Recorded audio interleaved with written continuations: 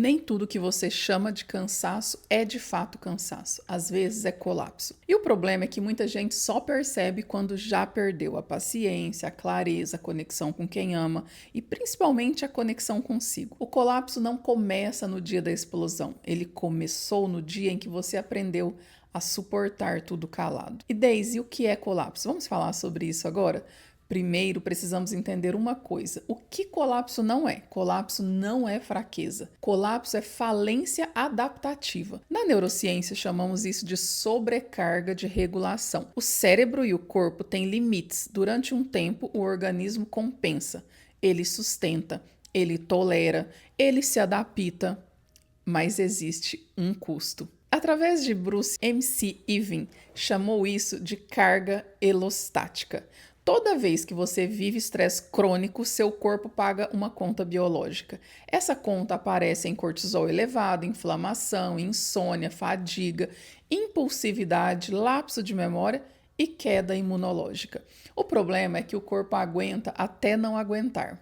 E quando não aguenta, simplesmente colapsa. E talvez você já passou por algo do tipo, e eu quero que você pegue papel e caneta e anote tudo que eu estou falando aqui. E o colapso emocional, quando ele acontece, Daisy?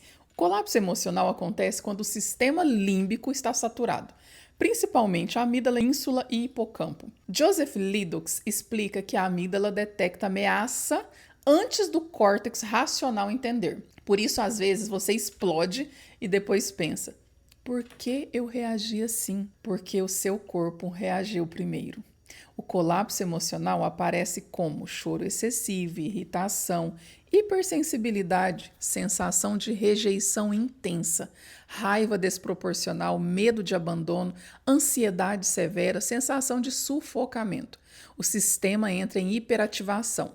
É simpático puro, luta ou fuga. Seu corpo fica assim, coração acelerado, mandíbula travada, ombros tensos, intestino alterado e dificuldade até de respirar. Porque biologicamente o corpo acredita que está em perigo, mesmo quando não está. E isso é importante. Muitas vezes o perigo acabou, mas o corpo ainda não sabe. E isso traz consequências. Daisy, quais as consequências do colapso emocional, se não tratado? Relacional. Qual é o perigo nas relações? Ele destrói vínculos, gera explosões, afasta pessoas, cria dependência emocional. No físico, pode ser gastrite, inflamação intestinal, enxaqueca, queda de cabelo e insônia. E no cognitivo, dificuldade de concentração, ruminação e paranoia relacional. Bessel van der Kolk mostra que trauma muda a percepção de segurança, ou seja, você começa a interpretar tudo como ameaça, e isso é exaustivo. O seu corpo não suporta. E então vem o colapso mental, que eu quero falar sobre ele agora. O que o colapso mental diz? O colapso mental é diferente. Aqui não é excesso de emoção, é falha na integração.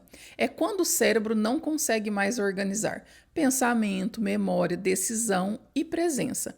As áreas mais afetadas: córtex pré-frontal, hipocampo, rede saliência, default mode network. Você tem um modo difícil de fazer network. Daniel Siegel fala que saúde mental depende de integração. E quando essa integração quebra, vem o caos interno. E os sintomas? Esquecer coisas simples, travar para decidir, confusão, sensação de desligamento, despersonalização, dissociação, fadiga mental extrema e incapacidade de planejar. É como se o cérebro estivesse fragmentado. Muita gente chama isso de burnout, mas muitas vezes é trauma acumulado. E quais as consequências do colapso mental? As consequências são profundas. Perda de produtividade, isolamento, queda financeira, autossabotagem, vícios, compulsões, depressão e apatia. E algo muito importante eu vou falar aqui: colapso mental pode gerar colapso de identidade. Você começa a não saber quem é. E isso é gravíssimo, porque a identidade é a base da segurança. Sem identidade, tudo vira ameaça. Talvez você possa estar passando por isso. E se não está, envie para alguém que você pode achar que está passando por isso. O papel do sistema nervoso, nós vamos falar sobre isso. Stephen Porges explica 3 estados: ventral vagal, segurança e conexão e simpático, luta e fuga. Dentro do dorsal vagal, temos o desligamento e colapso. No colapso emocional, predomina o simpático. No colapso mental, muitas vezes o dorsal. No dorsal, os sintomas são vazio, cansaço extremo, apatia, congelamento, falta de prazer. Muita gente acha que é preguiça, mas não é. É defesa biológica. Já se sentiu assim alguma vez? Eu já passei pelos 2 colapsos e eu sei o que eu estou falando. E quais são as soluções neurocientíficas para isso? A cura não começa na mente, começa no corpo, porque o corpo foi o primeiro a registrar. Então, primeiro, regular o corpo. Sem regulação não existe clareza. E quais as ferramentas para isso? Eu sempre falo: oração, respiração longa, exalação maior, ground, que é aterramento, movimento corporal, exposição solar, caminhada, toque seguro. Tenha perto pessoas que te tragam segurança e segurança relacional. O sistema nervoso precisa de corregulação. Alan Shore mostra que a cura acontece em vínculo seguro. Você não cura sozinho tudo aquilo que foi ferido em relação. Então, nomear as emoções é outro passo importantíssimo. Matthew Lieberman mostra que nomear as emoções reduz a atividade da amígdala. Dar nome organiza o caos e reorganizar a narrativa. Trauma congela histórias, cura reorganiza significado. E restaurar previsibilidade. Rotina cura. Falei sobre isso essa semana. Previsibilidade regula.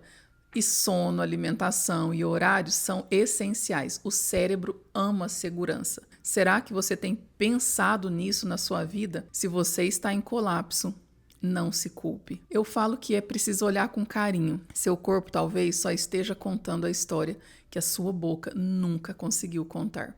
A mente registra, o corpo reage e a cura começa quando você aprende a ouvir os dois. Aqui eu descomplico as suas emoções.